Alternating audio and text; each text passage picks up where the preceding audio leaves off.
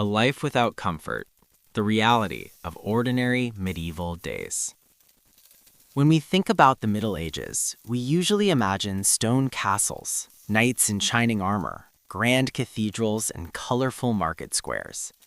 History books often show us the powerful, kings, queens, bishops, warriors. But the Middle Ages were not built by kings alone. They were lived, day after day, by millions of ordinary people. Peasants, craftsmen, women, children, servants. People whose names were never written down, but whose labor kept the world running. And their lives were nothing like the romantic images we see today. For most medieval people, life was not about ambition, self-expression, or happiness. It was about endurance. You woke up tired. You worked until your body ached. You went to sleep knowing tomorrow would be exactly the same. There was no concept of comfort as we understand it today. No soft mattresses, no quiet rooms, no privacy, no guaranteed meals, no safety net. Every day began with uncertainty. Morning came with pain. A medieval morning did not begin with an alarm clock. It began with light or with hunger. Most people slept in the same room where they cooked, worked, and stored animals. Smoke from the hearth hung in the air overnight. The smell of damp wood, old straw, sweat, and livestock never fully disappeared. Beds were simple wooden frames filled with straw or hay. Over time, that straw absorbed moisture, insects, and dirt. It was rarely changed. People woke up stiff, sore, and already exhausted. There was no stretching, no warm shower. You stood up and your body hurt immediately. Breakfast, if there was any, was simple. A piece of bread, thin porridge, sometimes nothing at all. Food was not eaten for pleasure. It was fuel, and often barely enough. Children woke up early too. Childhood was short in the Middle Ages. By the age of 7 or 8, many children already worked, carrying water, tending animals, gathering firewood, or helping in workshops. There was no school for most, no protected time to grow up. You learned by watching, and you learned fast. Work never truly ended. Work defined medieval life more than any law or religion. For peasants, the rhythm of the year was set by the land, plowing, sowing, harvesting, repairing, repeating. The work was physical, constant, and unforgiving. Tools were heavy, fields were hard. The weather decided everything. About harvest didn't mean inconvenience, it meant hunger, sometimes death. Men worked the fields, cut wood, repaired fences, and handled animals. Women worked just as hard, often harder.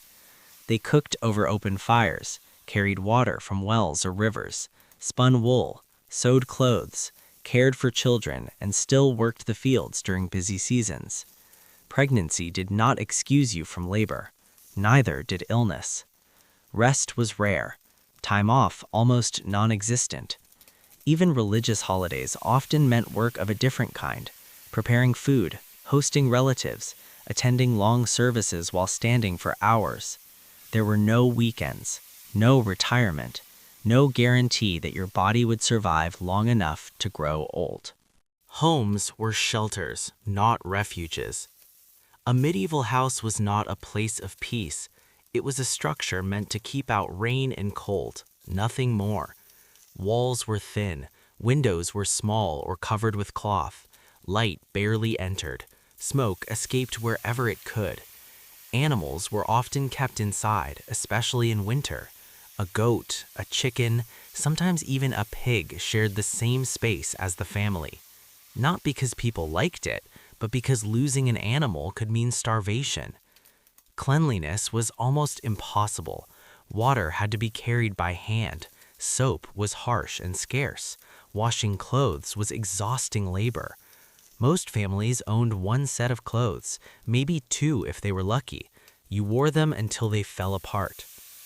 The smell of daily life followed people everywhere. It wasn't noticed anymore. It was simply normal. Illness was always near. Medical knowledge was limited, very limited. People did not understand bacteria or infection. Illness was often blamed on bad air, punishment from God, or imbalance inside the body. Cuts became dangerous. Fevers were terrifying. Childbirth was deadly. Many women did not survive giving birth. Many children did not survive infancy. This shaped how people loved. Parents cared deeply for their children, but cautiously. Getting too attached could be painful. Loss was common. Death was not hidden away. It happened at home, in front of everyone. Bodies were prepared quickly. Grief was brief, because life had to continue. Faith was not optional. Religion was woven into everything. Church bells marked time. Prayers shaped routines. Sin explained misfortune. Faith was not only spiritual, it was practical. It gave meaning to suffering. It explained why life was hard. People didn't ask whether they believed. Belief was the air they breathed. Fear of hell was real. Hope for heaven was often the only comfort. This was the normal world. To modernize, medieval life looks unbearable, but to those who lived it, this was simply reality. They did not dream of comfort they had never known. They did not compare themselves to the future. They survived. They adapted. They endured. And that endurance is what built the medieval world. Bread, hunger, and the fear of an empty bowl. In the Middle Ages, food was never just food. It was safety. It was survival. And very often, it was fear. For most people, hunger was not an emergency. It was a constant background presence. You didn't ask what you wanted to eat. You asked whether there would be anything to eat at all. Bread was life. Bread was the foundation of the medieval diet. Not meat, not fruit, not vegetables. Bread. People ate it in the morning, at midday, in the evening, sometimes fresh, more often stale. Sometimes so hard it had to be soaked in liquid just to chew.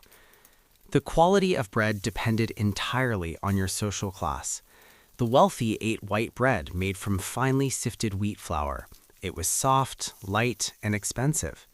The poor ate dark bread made from rye, barley, oats, or whatever grain was available, often mixed with husks, weeds, or ground peas. This bread was heavy, dense, sour. It filled the stomach but barely nourished the body. And yet without it, people weakened fast.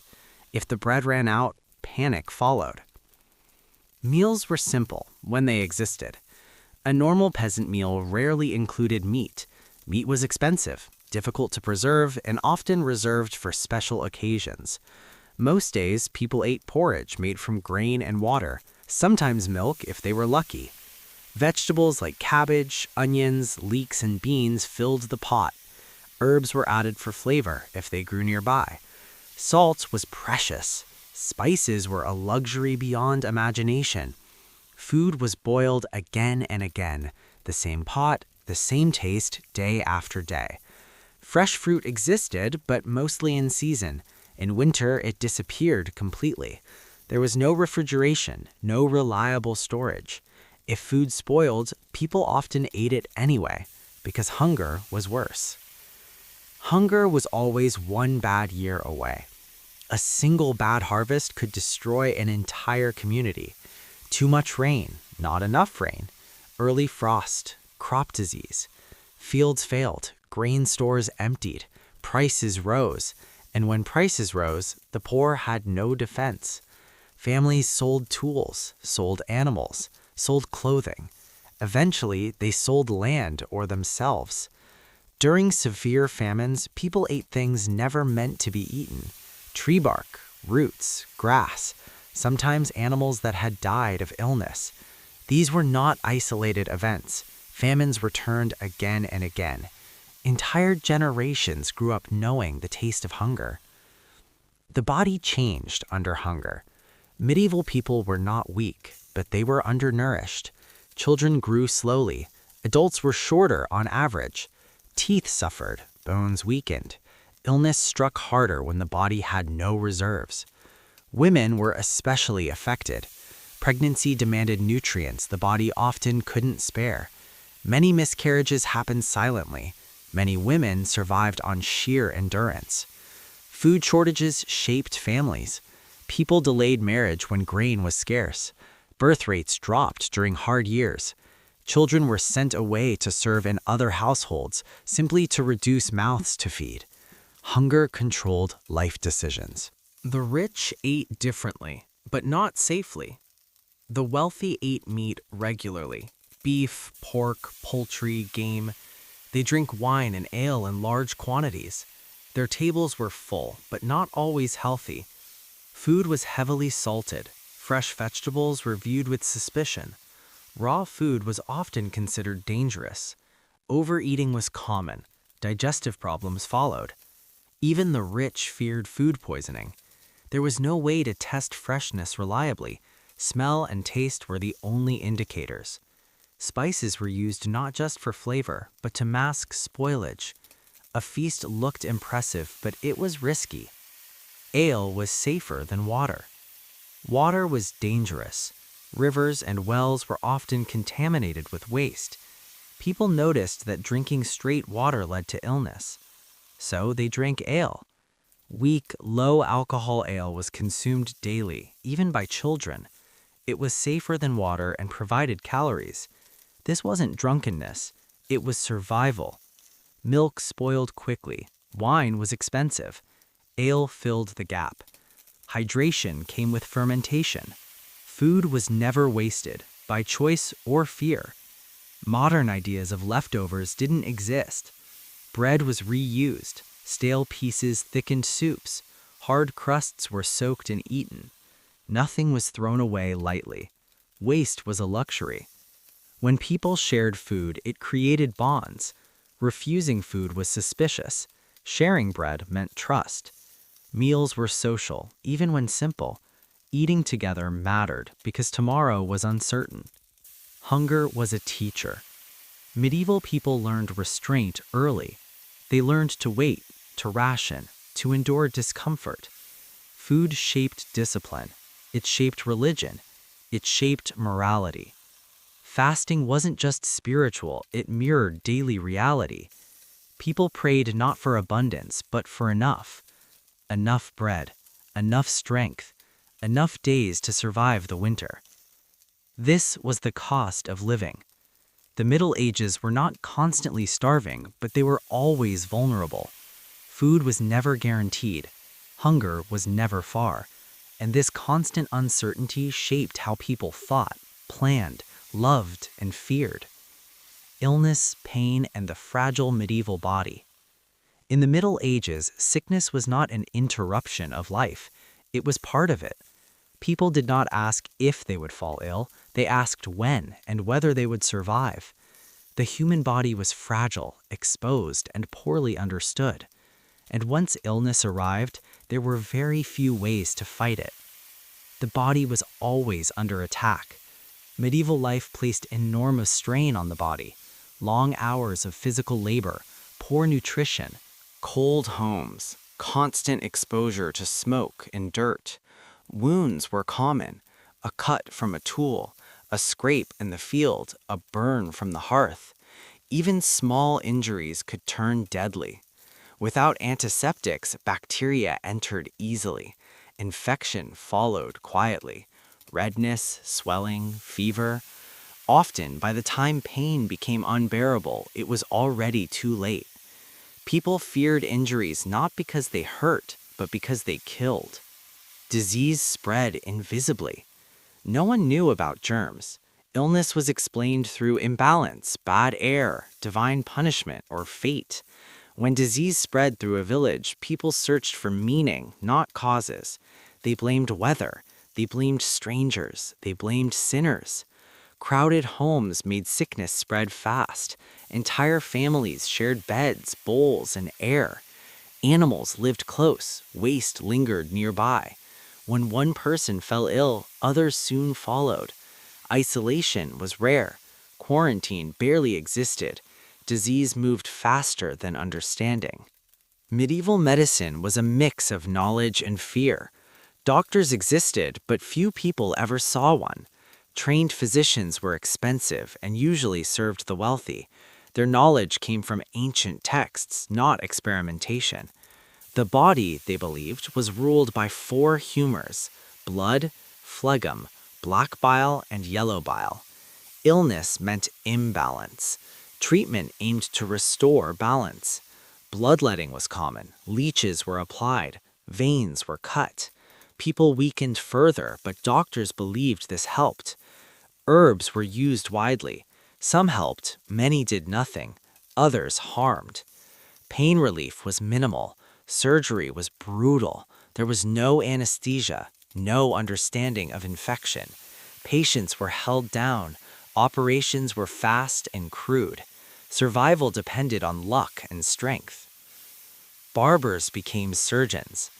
In towns, barbers performed medical procedures. They cut hair, they pulled teeth, they drained abscesses, they amputated limbs. Their tools were simple. Cleanliness was inconsistent. If a limb was badly infected, amputation was sometimes the only option. Survival afterward was uncertain. Pain was accepted. Screaming was normal. There was no promise of recovery, only hope. Childbirth was a gamble. For women, illness was closely tied to pregnancy. Childbirth was one of the most dangerous moments of life. Midwives assisted births, relying on experience and tradition. Some were skilled, others guessed. Bleeding, infection, prolonged labor, any of these could kill a woman within hours. Many women survived multiple births until one day they didn't. Children often died young. Fever, infection, diarrhea, accidents. Parents learned not to celebrate too early. Love existed, but it lived alongside fear. Plague changed everything. Then came disease on a scale no one could ignore. The plague did not knock. It arrived suddenly. Entire households fell ill within days. Towns emptied. Fields were abandoned. Priests, doctors, and gravediggers died alongside everyone else. People fled cities, carrying disease with them. The dead were buried quickly, sometimes without names, sometimes without prayers. Fear ruled behavior. Neighbors avoided each other. Families broke apart. Trust disappeared. No one knew who would live. Religion and medicine blended together. When medicine failed, faith remained. People prayed for healing, lit candles, visited shrines, wore amulets. Illness was interpreted as a test, a punishment, or a warning. Some believed suffering purified the soul. Others believed repentance could cure the body. Miracles were hoped for and sometimes believed, but most often illness ended quietly. Death was familiar. Death was not hidden in hospitals. It happened at home. Children saw it. Families prepared bodies themselves. Mourning was brief because survival demanded attention. People lived knowing life could end suddenly. This awareness shaped behavior. It encouraged obedience. It encouraged faith. It encouraged acceptance. Survival was the achievement. To reach adulthood was an accomplishment. To reach old age was rare. Those who survived illness carried scars, physical and emotional. Pain was normalized. Weakness was hidden. People did not expect health. They were grateful for functioning. And still, they lived. They worked. They loved. They endured. A world without safety. The medieval body existed without protection. No vaccines, no antibiotics, no reliable cures. Only endurance. Fear, faith, and the invisible world. In the Middle Ages, fear was not a weakness. It was a way of understanding the world. People lived surrounded by forces they could not see, could not measure, and could not control. Storms destroyed crops. Disease arrived without warning. Children died suddenly. Animals fell ill. Fires consumed entire streets. Nothing felt random. Everything demanded an explanation. And when answers did not exist, belief filled the gap. The world was never silent. A medieval person did not feel alone, ever. The world was crowded with invisible presence.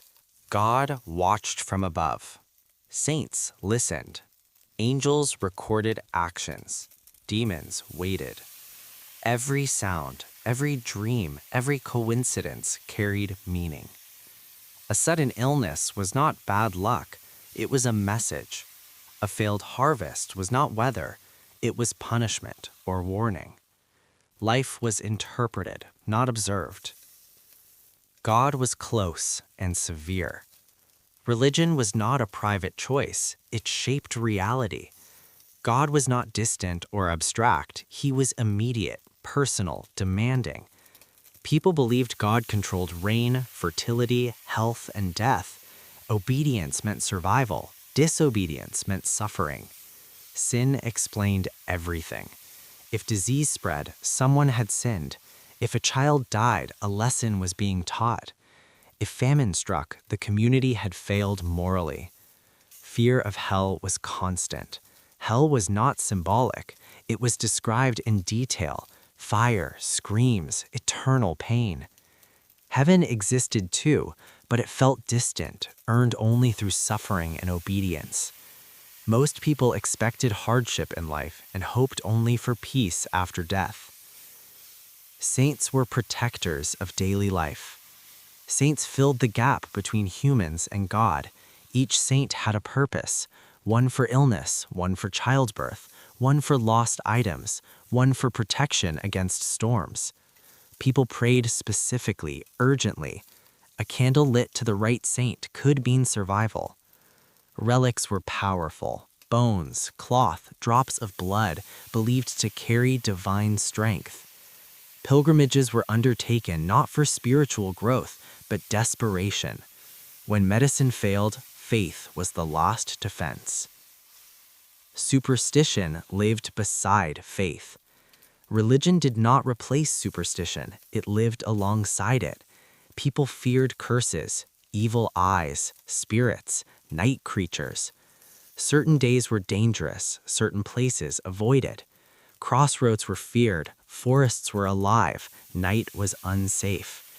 Protective symbols were common: knots, herbs, charms sewn into clothing, words whispered quietly before sleep. None of this felt irrational, it felt necessary. Dreams were messages. Dreams were not imagination, they were warnings, prophecies, visits from the dead. A bad dream could change a day's plans. A repeated dream could send someone to confession. Dream interpretation mattered. Priests and elders explained symbols. Sleep itself was fragile. Shared beds, dark rooms, fear of night spirits. Even rest required courage. The devil was everywhere. Evil was not abstract, it had intention. People believed the devil actively interfered in daily life, tempting, misleading, whispering. Unusual behavior raised suspicion. Someone who spoke differently. Someone who lived alone. Someone unlucky too often. Fear turned inward. Communities watched each other closely. Witches explained the unexplainable. When misfortune repeated itself, someone had to be responsible. Witches became that explanation. Often they were women, poor, elderly, isolated, knowledgeable about herbs. They were blamed for illness, infertility, crop failure, male weakness, sudden death. Accusations spread quickly. Fear did not need proof. Confession could be forced. Punishment followed. Communities believed they were protecting themselves. Living carefully was survival. People learned to behave cautiously, not to stand out, not to speak too freely, not to challenge belief. Safety came from blending in. You prayed publicly. You followed rituals. You showed fear when others showed fear. Belief created order in chaos. Fear held society together. Fear disciplined behavior. It kept people obedient. It discouraged rebellion. It reinforced hierarchy. Authority was not questioned easily when divine punishment seemed real. Suffering became meaningful. Endurance became virtue. Yet faith also gave comfort. Despite fear, belief offered peace. It explained pain. It gave hope after loss. It promised reunion beyond death. In a world without control, belief restored balance. People accepted what they could not change, and in that acceptance, they survived. A mind shaped by uncertainty. The medieval mind lived under constant pressure. Every action mattered. Every mistake had consequences.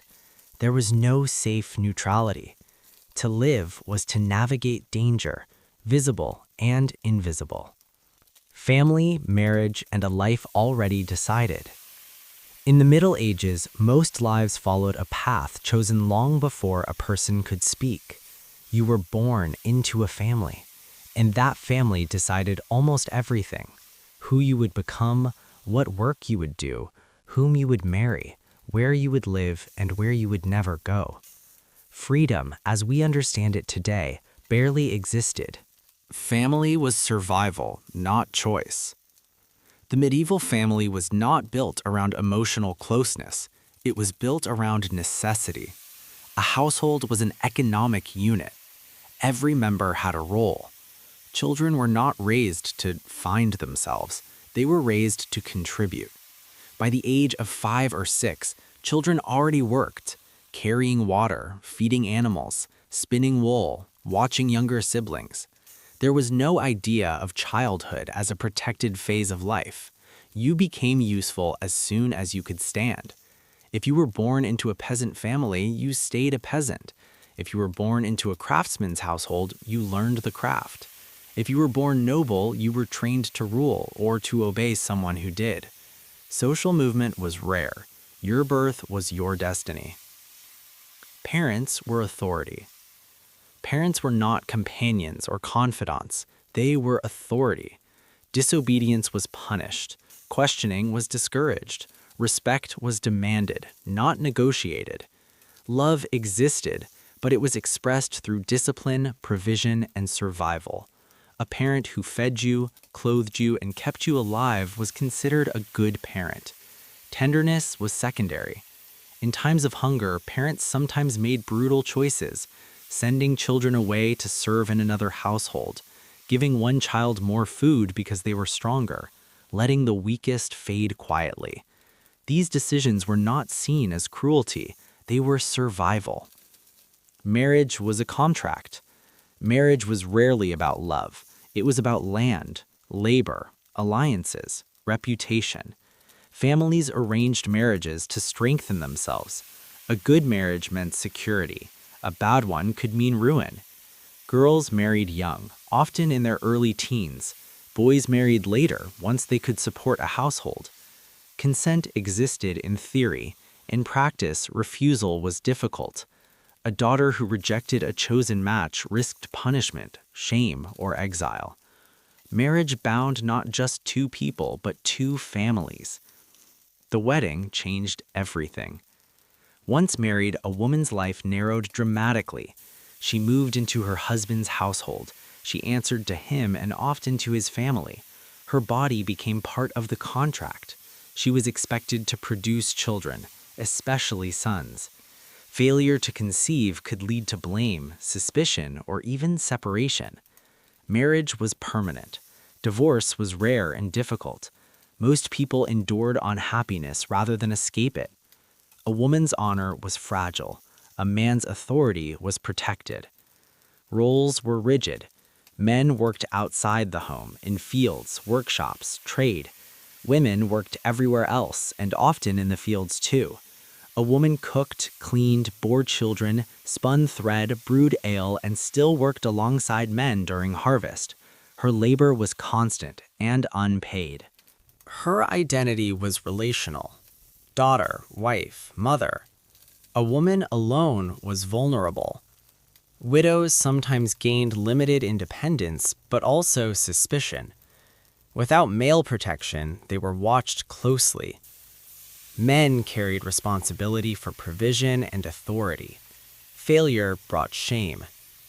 Emotion was not encouraged in men. Strength was expected. Children were investments. Children were not raised for happiness. They were raised for continuity. Sons inherited work. Daughters married into other households. Education was rare. Literacy even rarer. Most children learned by imitation, watching hands, repeating actions. Mistakes were corrected quickly and harshly. A child who survived infancy was expected to contribute fully. Death among children was common and deeply painful, even if rarely spoken about. Parents loved their children, but cautiously. Attachment carried risk. Obedience was safety. Obedience held society together. Children obeyed parents, wives obeyed husbands, servants obeyed masters. Everyone obeyed God. Questioning the order of things was dangerous. Stability mattered more than fairness. People accepted roles because rejecting them meant isolation, and isolation could kill. Yet bonds still formed. Despite rigid roles, real bonds existed. Families laughed, shared meals mattered. Mutual care developed over time. Some marriages grew affectionate. Some parents were gentle. Some children rebelled quietly. Human warmth survived within constraints, but it had limits. A life lived in place. Most medieval people lived their entire lives within a few miles of where they were born. They knew the same faces, walked the same paths, worked the same land. Change was slow. Generations repeated patterns. And yet, within those limits, people built meaning. Family gave identity. Marriage gave structure. Roles gave purpose. In a world without choice, belonging mattered. The shape of a medieval life. You were born, you worked, you married, you had children, you endured, you died. That was not tragedy. It was normal. Work, community, and a world that never stopped watching. In the Middle Ages, no one lived alone.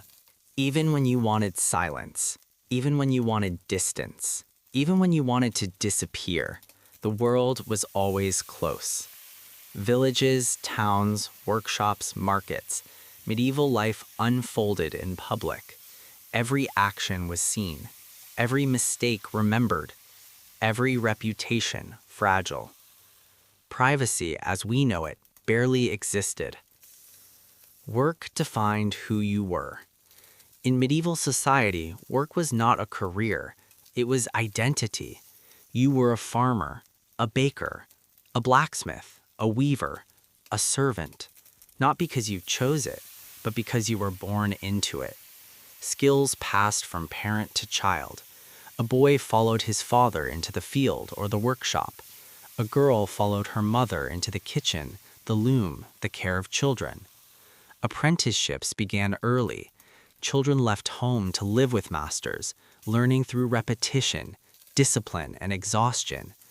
Work was physical, repetitive, often dangerous. Tools broke, hands were injured, backs bent early.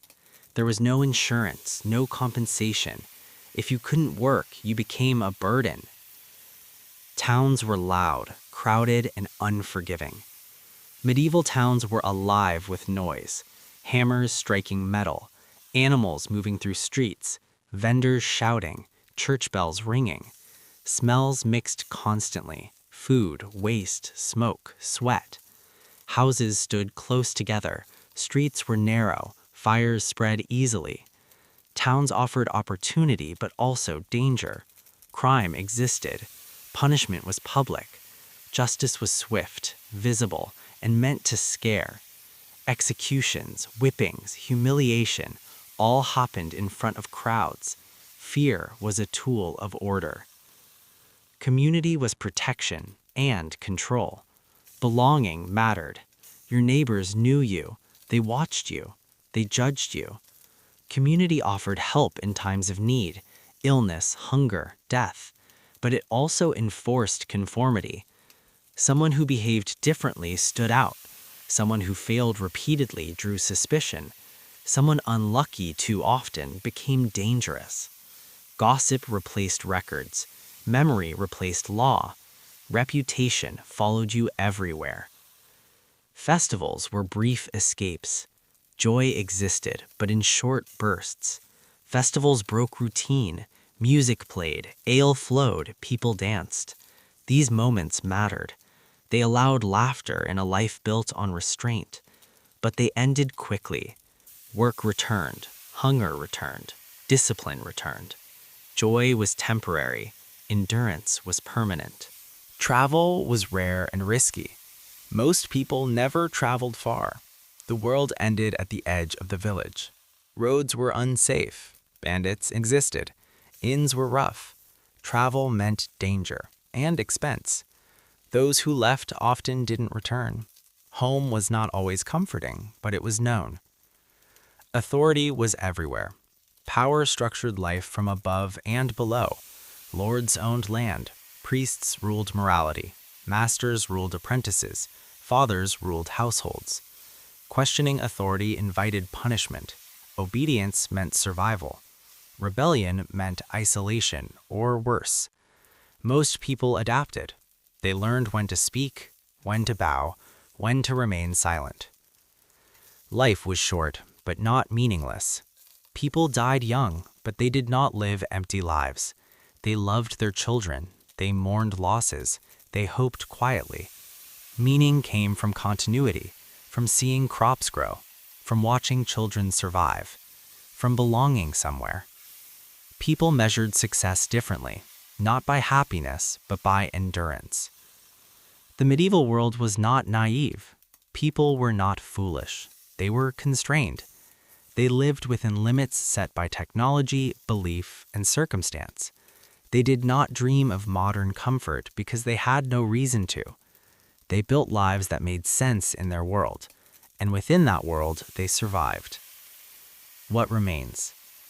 When we look back at the Middle Ages, we often see darkness, but what truly defined medieval life was resilience. People lived without certainty, without safety, without comfort. And still, they worked. They raised families. They built communities. They endured. Not because life was kind, but because giving up was not an option. The end of the journey. This was not the age of kings and battles. It was the age of ordinary people, of lives lived quietly, of struggles never recorded, of strength rarely praised. And without them, history would have collapsed. Because the Middle Ages were not held together by crowns or swords, but by millions of people who woke up every morning and kept going, even when it hurt, even when it was unfair, even when there was no promise of reward. They lived, and that was enough.